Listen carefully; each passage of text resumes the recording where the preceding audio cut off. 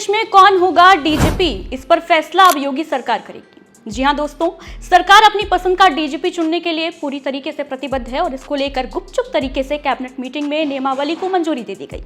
अब सरकार अगर यूपीएससी और सुप्रीम कोर्ट के आदेश को दरकिनार करके कोई फैसला करेगी तो प्रश्न भी पूछे जाएंगे और सियासत तो गरमाएगी ही।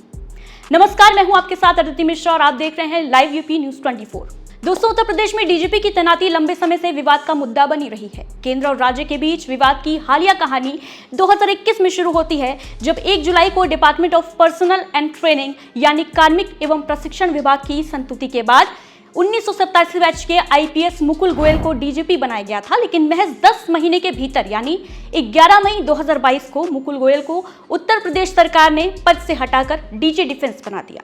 सरकार ने इस कदम का आधार मुकुल गोयल के शिथिल पर्यवेक्षण को बनाया और जब यूपीएससी ने योगी सरकार से इसकी वजह पूछी तो सरकार ने सफाई पेश की और कहा कि मुकुल गोयल डीजीपी बनने के लायक ही नहीं है।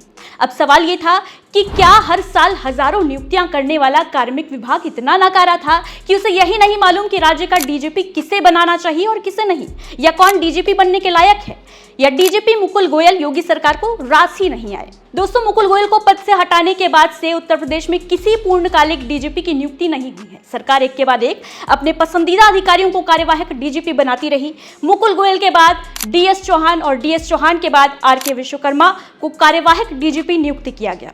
जब आरके विश्वकर्मा रिटायर हुए तो विजय कुमार, और 31 जनवरी 2024 को जब विजय कुमार के रिटायरमेंट के बाद प्रशांत कुमार को कार्यवाहक डीजीपी बनाकर सरकार लॉ एंड ऑर्डर मेंटेन करती रही।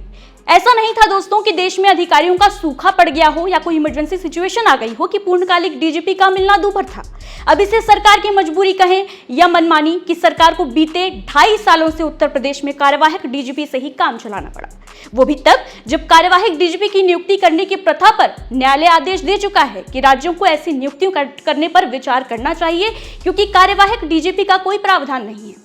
दोस्तों, यहाँ यह भी जानना बेहद अहम हो जाता है कि किसी भी राज्य में डीजीपी की नियुक्ति करने की वर्तमान प्रक्रिया क्या है, एग्जीक्यूटिव और लेजिस्लेचर के प्रभाव से अलग रखने के लिए क्या व्यवस्था है और योगी सरकार को इस व्यवस्था से आपत्ति क्या है। तो डीजीपी के चयन में अब तक जो प्रोसेस चल रहा है उसके अनुसार संबंधित राज्य सरकार को मौजूदा डीजीपी के रिटायरमेंट होने से 3 महीने के पहले यूपीएससी को संभावित लोगों के नाम भेजने होते हैं। यूपीएससी डीजीपी बनने के लिए उपयुक्त 3 अधिकारियों की लिस्ट तैयार करता है और उसे वापस भेज देता है। डीजीपी का पद न्यूनतम 2 साल की सेवा के लिए होता है और इनकी नियुक्ति में योग्यता और सीनियरिटी को भी बेहद ध्यान रखा जाता है। इसके बाद राज्य तुरंत आयोग द्वारा चुने गए व्यक्तियों में से किसी एक की नियुक्ति कर देता है। राज्य डीजीपी को उनकी सेवानिवृत्ति की पूरी तिथि के बावजूद पद पर बने रहने की अनुमति देने का प्रयास कर सकते हैं। कार्यकाल का यह विस्तार हालांकि केवल एक उचित अवधि के लिए ही हो सकता है। दोस्तों, साल 2006 में नागालैंड में डीजीपी नियुक्ति को लेकर हुए विवाद के बाद सुप्रीम कोर्ट ने एक अहम निर्देश दिया था।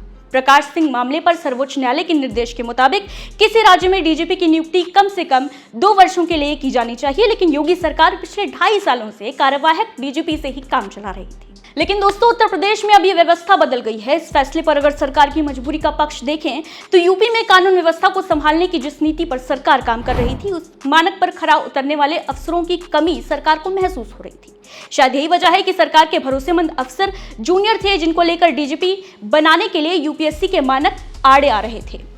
यकीनन आप सोच रहे होंगे कि नई व्यवस्था में क्या होगा। तो दोस्तों, उत्तर प्रदेश डीजीपी का चयन अब हाई कोर्ट के रिटायर्ड जज की अध्यक्षता में गठित एक समिति करेगी, जिसमें उत्तर प्रदेश के मुख्य सचिव, यूपीएससी द्वारा नामित एक व्यक्ति, उत्तर प्रदेश लोक सेवा आयोग द्वारा नामित एक व्यक्ति, प्रमुख गृह सचिव और एक रिटायर्ड डीजीपी शामिल होंगे। ये समिति रिटायर्ड डीजीपी का चयन करेगी।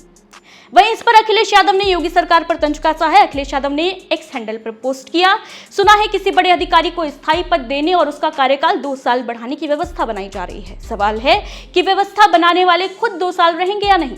कहीं ये दिल्ली के हाथ में अपने लगाम लेने की कोशिश तो नहीं। दिल्ली बनाम लखनऊ 2.0। वहीं जब इस मामले पर हमने पूर्व डीजीपी महेश चंद्र द्विवेदी जी से बात की तो उन्होंने सरकार के इस कदम को उचित ठहराया। इस विषय को ऐतिहासिक परिप्रेक्ष्य में देखना चाहिए। पहले स्वतंत्रता के बाद करीब 40 साल तक, 40-50 साल तक प्रथा यही रही कि मुख्यमंत्री जिसको चाहता था उसको बना दिया जाता था डीजीपी, और जब चाहता तब बदल भी देते थे। उसके बाद 1981 में तृतीय राष्ट्रीय पुलिस आयोग उसकी सिफारिशें आई और उसने ये सिफारिश की कि ये मुख्यमंत्री अकेले के उस पर ठीक नहीं है, इसको एक स्टेट सिक्योरिटी कमीशन बनाया जाए और वो उस कमीशन में एक हाई कोर्ट का जज हो, मुख्य सचिव हो, गृह सचिव हो, एक जो रिटायर हो रहा है जो डीजीपी वो हो, और इसके अतिरिक्त 2 और व्यक्ति जनता के प्रोमिनेंट व्यक्ति हों।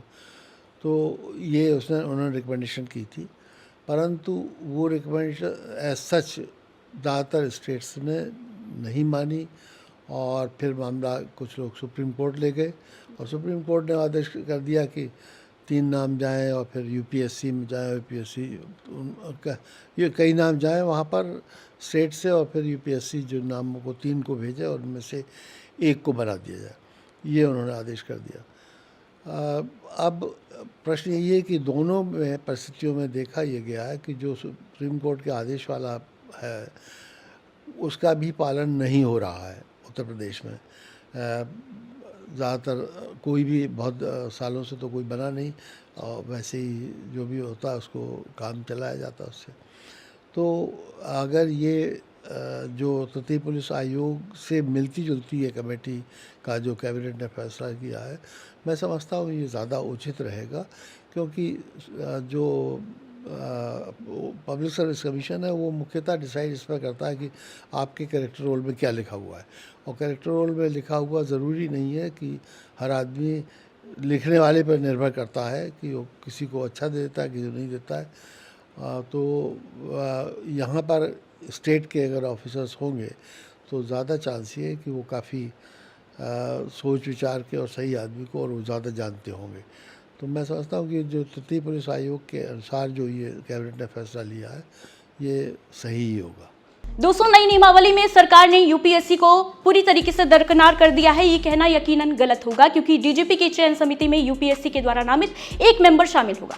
लेकिन किसी भी नए नियम के परिणाम क्या होंगे ये वक्त ही बताएगा। इस व्यवस्था से उत्तर प्रदेश की कानून व्यवस्था सुधरेगी या सामने आएगा कोई नया लूप होल? इस पर आपकी क्या राय है? कमेंट करके हमें जरूर बताइएगा। दीजिए इजाजत, नमस्कार।